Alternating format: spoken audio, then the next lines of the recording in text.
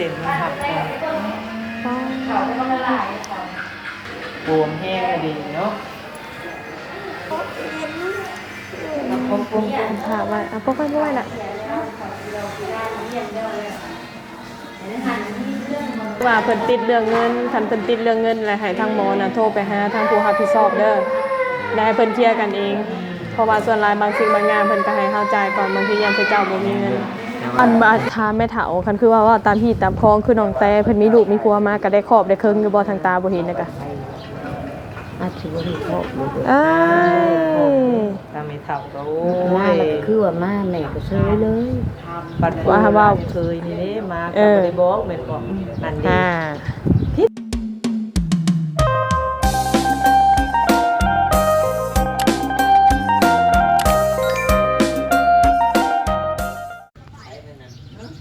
โดยกับทักทายสบายดี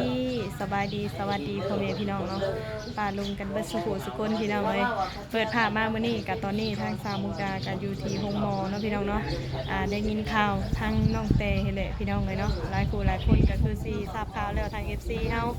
เฮ็ดบุญยังบ่ทันใดเนาะพี่น้องเนาะก็มาเกิดอุบัติเหตุกับเจ้าของต่อก็ได้ยินข่าวก็ล่าสุดก็ว่าขาหักพี่น้องได้ยินก็ตกใจแล้วก็ทางดูตนน้องเพิ่นเท่าใดพี่น้องเนาะบ่มีผู้ใดพี่น้องเลยโอ้ยจักสิว่าแน่ใดตอนนี้ก็คือมาฮอดแล้วพี่น้องเนาะห้องหมอก็มีแต่ว่าทางสาวมุกดาสิพาเขาไปถ่ายทามเบิ่งอาการทางน้องแต่น้ำกันเนาะพี่น้องเนาะว่าเป็นแน่ใดพี่น้องเลยโดยสบายดีพี่น้องเนาะเปิดภาพมามื้อนี้ก็มาเยี่ยมทางน้องแต่พี่น้องเลยได้ยินข่าวเมื่อคืนนี้ก็โอ้ตกใจโอ้อีละเห็นแล้วก็ได้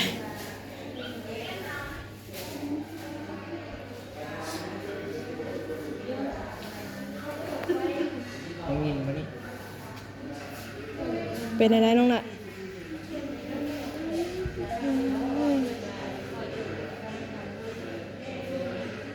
ไอ้ยามันก็นอนนะใช้ยาให้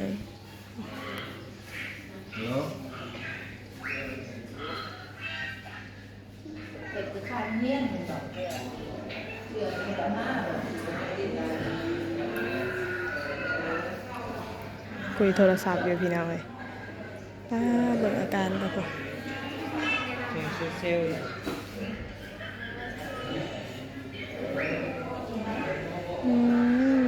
เห็นแล้วก็อีโตนเด้พี่น้องเลย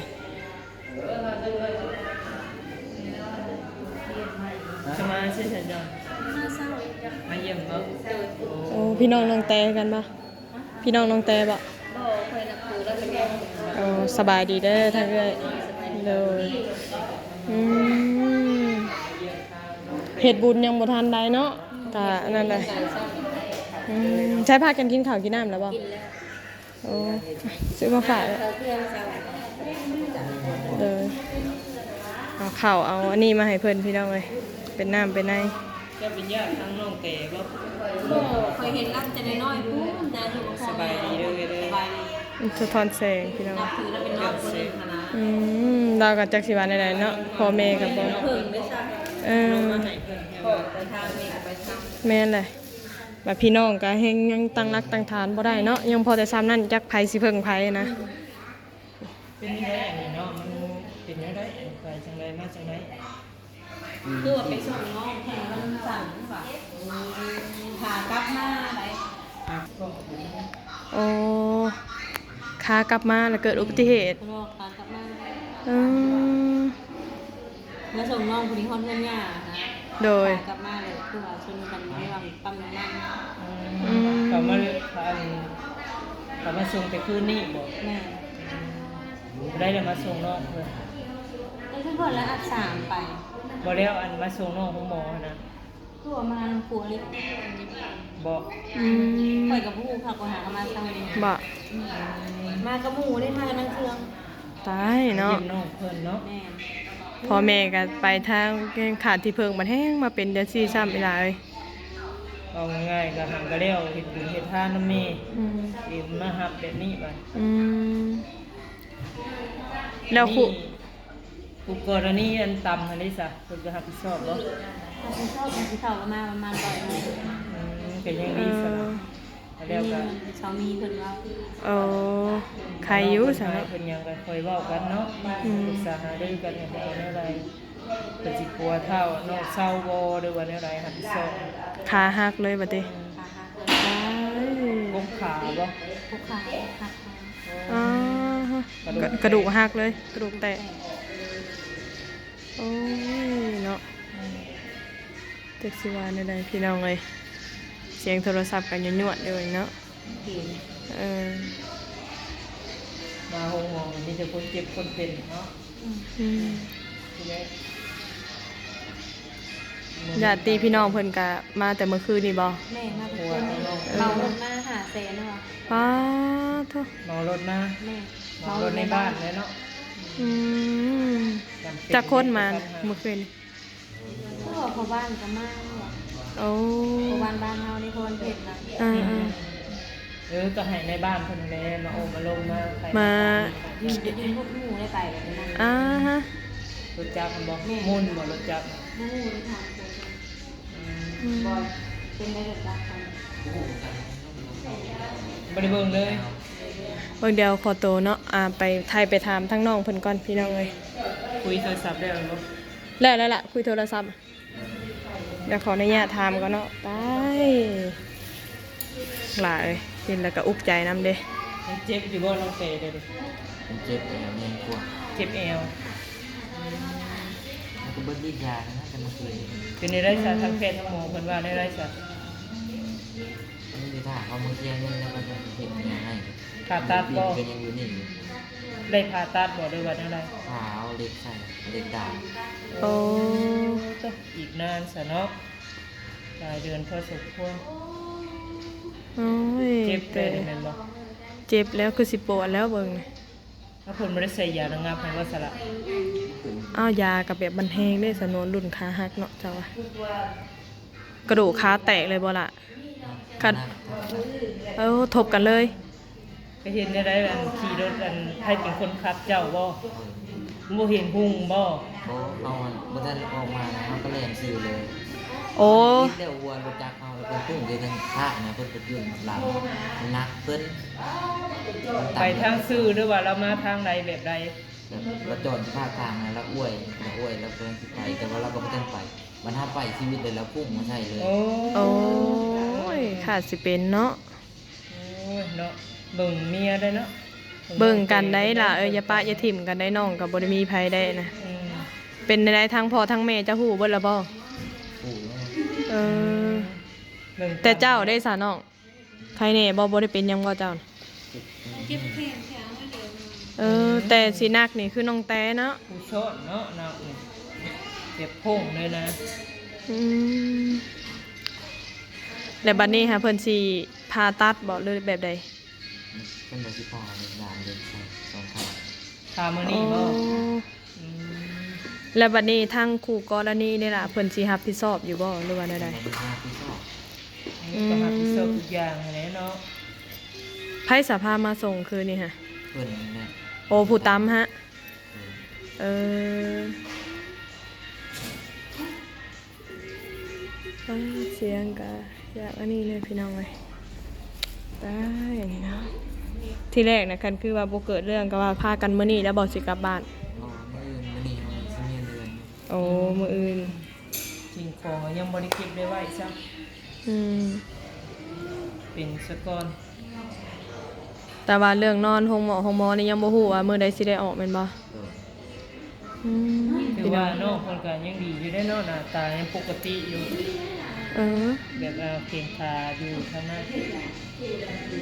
เอานะเบิ่งแล้วก็โอ้จะสิเอาในใดเฮาก็ได้ อืม ได้จะมาถ่ายทำแล้วก็ให้ทาง เยี่ยมยามแบบนี้เลยพี่น้อง เบิ่งเนาะอาการน้องเพิ่นพี่น้องเอ้ยเพิ่นจะเฮ็ดบุญเฮ็ดทานนำแม่แล้วอะเป็นแบบนี้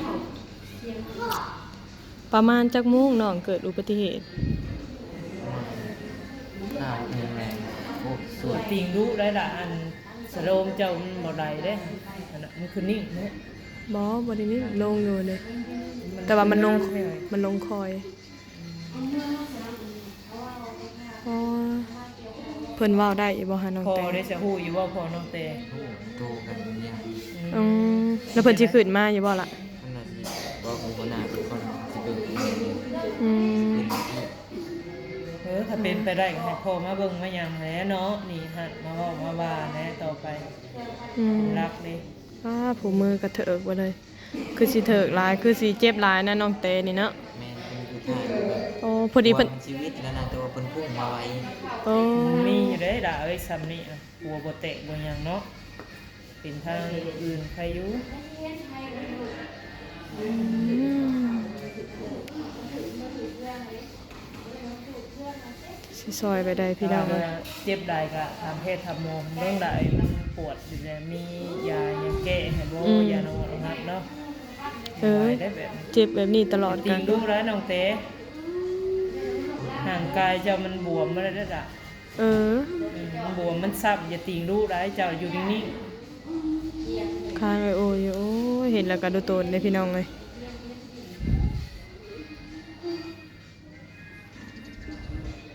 ปวดเนาะ กินข้าวกินน้ำได้บ่ล่ะจ้ะน่ะ เพิ่นบ่ให้กินสิแต่ โอ้ นมได้กินได้บ่ กินหยังก็บ่ได้บ่ให้กิน เอ้า เพิ่นยังสิเอาไปโคตรอยู่ว่าเป็นโรคเพิ่นก็สิบ่ใส่ไม่ได้ โอ้ยังมีโรคมีภัย โอ้ บ่ยันมีโรคประจำตัวเพิ่นก็เฮ็ดอิหยังบ่ได้นะ เออแล้วเรื่องหืดเรื่องยาใส่ตอนนี้ได้สะติดแลนนะเงินคำที่เสียก่อนน่ะนี่มีอยู่บ่เธอเจ้ากะ แล้วผู้นั้นคนนี้ ถ้าเป็นกรณีผู้เพิ่นต่ำบ่ได้เนาะ อืม ใครร้องยังจับเพิ่นได้เนาะ แม่น บ่ได้ไปบ่ได้หนี่ คันเคลือบบ่ได้นี่เนาะโอ้ยพอแห้งอีกพี่น้องจักสิว่าไปได้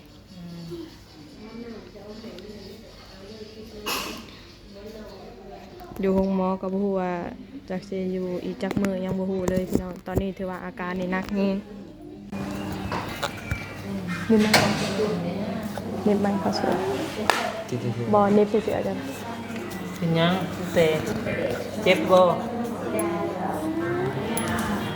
อันนี้เป็นประธาน เพิ่นว่าอันนี้ให้ไหม อยู่ไสนี่ เราเข้า ฝึกเบิ่งได้บ่เนี่ยฮะ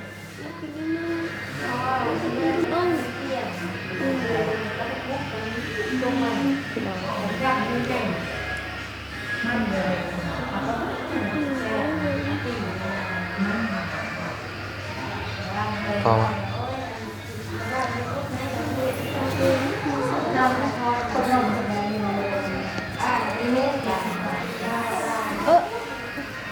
สิลุกบ่ จริ ล่ะ งลูก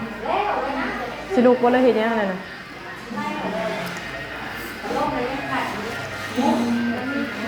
ฝืดเบิ่งได้บ่นี่ฮะฝืดเบิ่งได้บ่ล่ะ คุณตั้งเข่านะผู้บ่เหยียด เปิดให้เพิ่นเบิ่งเลย บ่ เด้อ เบิ่งนี่บ่ได้เจ็บดีบ่นี่เจ็บข้างนึงค่ะ เจ็บข้างเดียวก็เดี๋ยวยันว่าเอ็นเส้นมันหักก่อนบวมแห้งเลยดีเนาะ ค่ะว่าอ่ะบ่ค่อยบ่ไหวล่ะ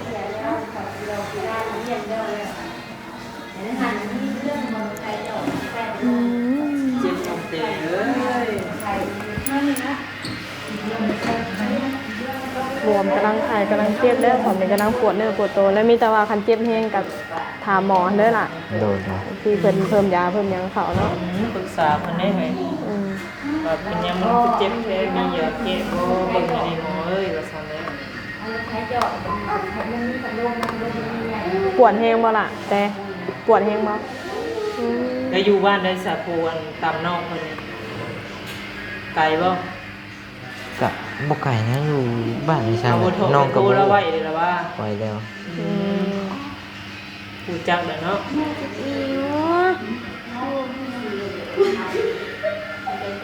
เพื่อนน้องบ่ได้อาบน้ำขั้นต้นขั้นโตเจ้าบ่ เจ็บเอ ขึ้น ง ในเหตุ อย่าตีงดูได้เอ้ยบ่อย่าตีงดูได้นอนโลดจ้ะนะพักผ่อน เฮ้ยเนาะขาดสิเป็นจังแต่ เพื่อนก็บ่ได้ฮู้เลยถ้าอันเข้าไปเบิ่งในช่องเอไลได้นะ เจ้า FC เป็นหยัง อันทักมาหาแต่เช้าอันสาวโมกครับว่าซั่นน้องแต่เกิดอุบัติเหตุ อืม ขาหักเอ้า นี่เผื่อกับFCโทรมามื้อเช้า ตกใจเด้อสบายดีทางว่าป้าเด้อ เสียเซลล์มันเสียงโทรศัพท์นิดหน่อยเกม ก็ว่ากันไป กดได้บ่เลย เดี๋ยววันใดก็คือก ดกันถิ่มใหญ่ๆให้ค่อย จะคือว่าอะไรพี่น้อง ชะโรมเจ้าบ่ได้นะเจ้าบายสติ มันย้อนเลยล่ะเจ้าอย่าไปต้องมันเบื้องนั่นน่ะ ทำไมเขียนราคาคือเราเลย บ่ใส่เข็มยางอยู่ เออ ตัวลงตัวเราแก ตัวบ่ ตัว ตัวบ่ได้ดอก พี่น้องเนาะ เป็นยา มีหมูยังว่าสิฮอดแล้วจอดแล้วกำลังรถบรรณาชายมา คือคือนี่แหละโอ้ยมันจะเช่า เออ เป็นยังดอกดาเอ้ยมันจะว่าได้ เดี๋ยวกะเช้าเดี๋ยวกะเช้าฮอดอันน่ะฮอดแพทย์ฮอดหมอเลย ใช่จะได้ อ่า มันก็ต่อไว้เท่าเดียว เนี่ยกินข้าวเลยกินบ่ได้แล้วปัดหมอบ่ให้กินอึด สิมือเอาโทรศัพท์ ก็ทุกอย่างบ่ทุกอย่างบ่อย่างบ่เด็ก ยาก็บ่ให้กินเนาะกินบ่ได้ อยากกินน้ น้ำก็เพิ่นมากิน ำเพราะว่าได้เคยน้ำมันกินบ่ได้เนาะเราคือกินคือสิได้แค่น้ ก็เรามากิน ำบ่เออ มันก็แห้งเนาะกิ๊บเลย บ่ได้ก็กินเด้อเนาะตามเพศตามหมอเพิ่นสั่ง เอ แล้ อมาดูเพิ่นก็เฮ็ดได้ ได้โดนปานใดสนะที่ว่าแพทย์หมอเพิ่นสิพาไปซั่นเข้าห้องกวดน่ะ พระเจ้ามาแล้ว เออยังบ่ฮู้หยังเลย ลงพระเจ้ามาเลย โดยยันผู้เจ็บมันได้เหยเนาะหิวเนาะบ่ได้กินหยัง มี แต่ แต่ เมื่อ ว่า คืน ให้เจ้าน่ะเอาเบอร์โทรอันครูที่ตามเนาะเพิ่นให้ทางหมอเนาะแต่วันนี้หันสิโทรหากันนะพูดพันกันเนาะที่ว่าเอาเสียงเงินเด้อเจ้าพูดพันกับเราโล โทรแล้วให้อันนี้โทรแล้วอันนี้มันกล้องวงจรอยู่ และเพิ่นสิเข้ามาช่วงบ่ายบ่ตลอด เป็นเราเป็นแล้วเรียกที่นั่นเป็นที่เขานะ โอ้ นี่แต่ว่าหมอเพิ่นจะเฮ็ดนี่เพิ่นนี่ก็ให้เพิ่น จัดการโล เลย ค่าใช้จ่ายบินนี่นะ คันคือว่าเพิ่นติดเรื่องเงินคันเพิ่นติดเรื่องเงินแล้วให้ทางหมอน่ะโทรไปหาทางผู้รับผิดชอบเด้อแล้วให้เพิ่นเคลียร์กันเอง เพราะว่าส่วนหลายบางสิ่งบางอย่างเพิ่นก็ให้เข้าใจก่อนบางทียังเจ้าบ่มีเงิน แต่ว่าเพิ่นก็เขาเลยเขาแบบบ่มีเนาะ แล้วหมอก็สิเสียเวลารบกวนเด้อบ่ใช่เราเลยนะเอาการเรียนของเราจะได้สิได้ไปเรียนไปงานจะได้เด็กมาเยี่ยมมายามน้องเนาะ อดเอาเด้อล่ะเด้อเดี๋ยวก็เศร้าเห็นไหม อาจารย์เด็กก็สู้ๆเข้มแข็งเนาะแต่เฮ็ดให้ได้เป็นได้หลายเข้มแข็งอยู่กับการเนาะให้เจ้าพักผ่อนซะซะเด้อ สบายดีน้องล่ะ สบายดี ไปก่อน ตาผ่ามาเบิ่งข้างนอกบัดนี้สบายดีเด้อผู้สาวอ้าวไม่เฒ่าแห้งคักบัดนี้ คือว่า รับเลย เอานั่งใช้เอาหัน ระวังกิ้งเด้อ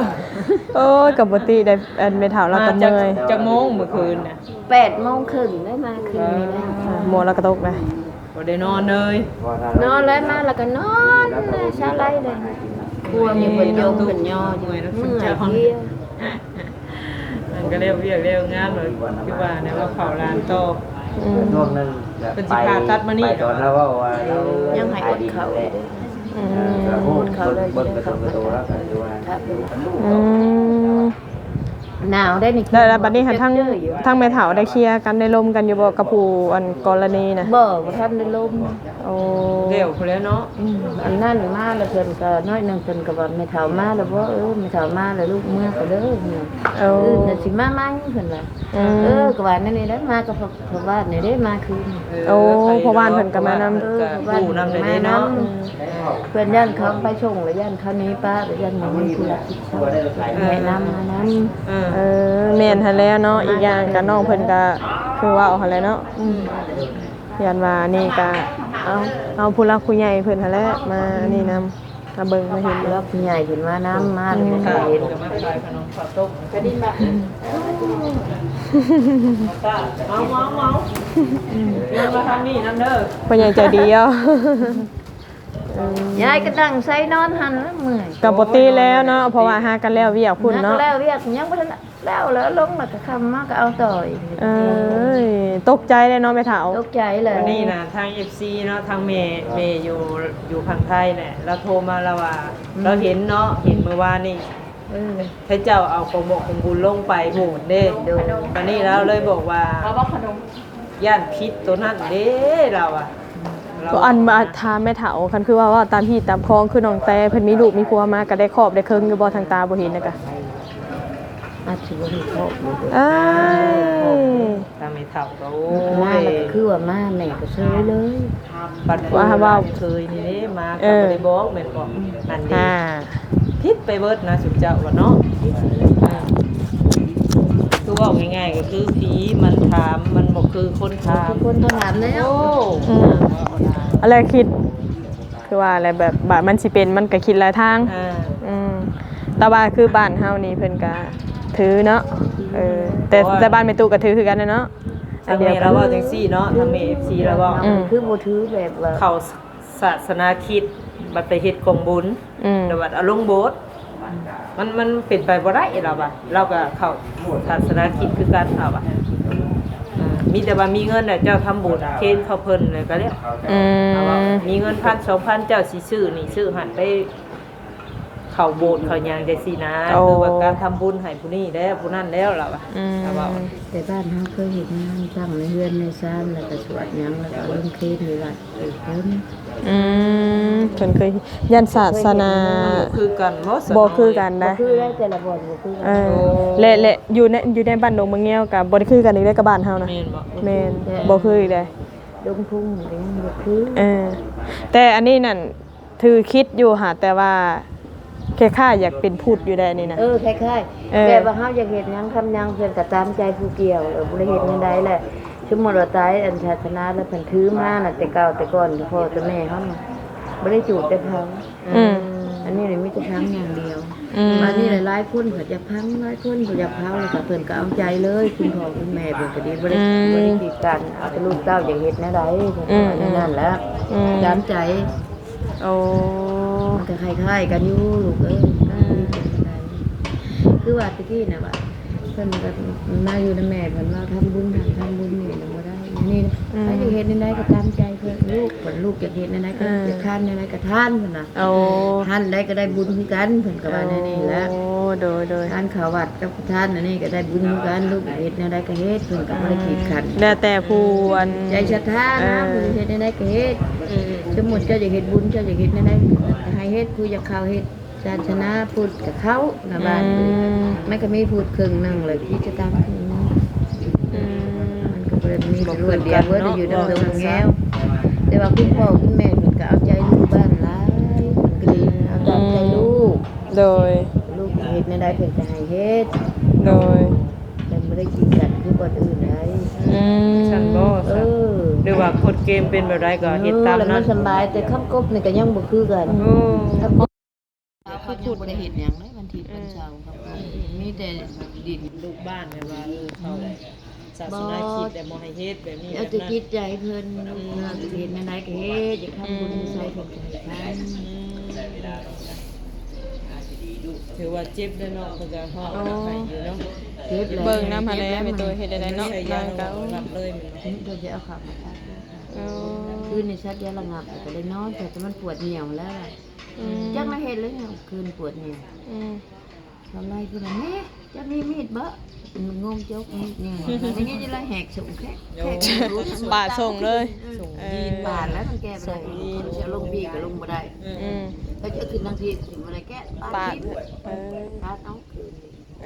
เอาเพิ่นปวดเนี่ยมันสิเฮ็ดได้มันสิเฮ็ด วันนี้เพิ่นสิพานี่คือพากกขาได้บ่ได้ว่าพาบ่เพิ่นทามค่ะ ถ้าบนเพิ่นทำนะ โอ้ยมันบ่แม่นกกขาได้สะสมอง มันค่าก่อน บ่แม่นตัวไอ้เขาเอิ้นว่าบีแข้ง บ่ บีแข้งหรือหัวเข่า ผีได้หน้าคา โอ้ พี่ ห เจ้ น้าขากลางขา มันฮักอยู่แบบมันฮักคากบ กลางขาว่าซั่นซะ เอาซะพี่น้องเนาะเดี๋ยวให้ทางมิตู้คุยธุระก็ว่ากันไปพี่น้องเอ้ยทางน้องแต่ตอนนี้ก็ บ่ฮู้ว่าจักสิเป็นจังไดมีแต่ว่ารอเข้าห้องผ่าตัดเนาะเพิ่นสิเอาเหล็กใส่หรือว่าเหล็กทาบเนาะมีแต่ว่าสำหรับคลิปนี้ก็ผิดพลาดประการใดก็ต้องกราบขอโทษขออภัยหลายๆเด้อพ่อแม่พี่น้อง FC เบิดทุกท่านเนาะที่เข้ามารับชมรับฟังมีแต่ว่าสำหรับคลิปนี้ก็ขอขอบใจเบิดทุกคนเนาะมีแต่ว่าทางสาวมุกดาก็สิได้ไปเวียกต่อพี่น้องเพิ่นหลายพังเบิ่งยามมื้อแลงคันคือว่ามาบ่ค่ำก็สิได้แวะเวียนมาเยี่ยมมาหาทางน้องเพิ่นอีกพี่น้องเอ้ยสำหรับคลิปนี้ลาไปก่อนเด้อสบายดี